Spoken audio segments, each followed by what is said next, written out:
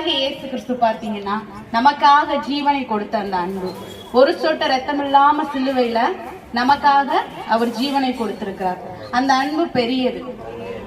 நீங்க என்ன பண்ணலாம்னா, ஒருவேளை நான் பாவம் செஞ்சிருக்கேன், நம்ம ஆண்டவராகிய இயேசு கிறிஸ்து நம்மளை ஏத்துக்குவாங்களா அப்படின்னு சொல்லி கூட நீங்க நினைக்கலாம். ஆனா தன் பாவங்களை மறைக்கிறவன் வாழ்வடைய மாட்டான், அவைகளை அறிக்கை செய்து விட்டு விடுகிறவனை இரக்கம் பெறுவான்னு வேதம் அழகா சொல்லுது.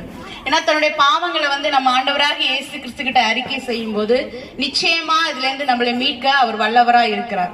அவர் அவ்வளோ பெரிய அன்பு நமக்கு, அதனாலதான் அவருடைய ஜீவனையே கொடுத்து நமக்கு அன்பு இன்னதுன்னு சொல்லி விளங்க பண்ணியிருக்கிறார். ஒருவேளை உங்களுடைய வாழ்க்கையில ஏதாவது ஒரு பலவீனங்கள், சோர்வுகள் ஏதாவது இருக்கலாம், ஏதாவது மனுஷங்க கிட்ட சொல்ல முடியாத விஷயங்கள் கூட இருக்கலாம் உங்களுக்கு.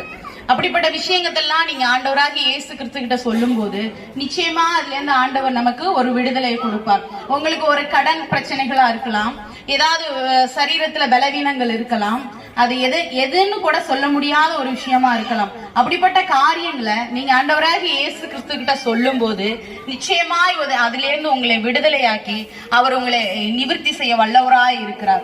அப்போ அவருடைய அன்பு எவ்வளவு பெரியது பாத்தீங்களா? இந்த உயிரே கொடுக்கிற ஒரு பெரிய அன்பு.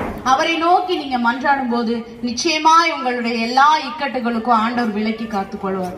அந்த ஆண்டவரை பத்தி தான் உங்களுக்கு நாங்க அறிவிக்க வந்திருக்கோம். தேவன் எங்களை சாட்சியை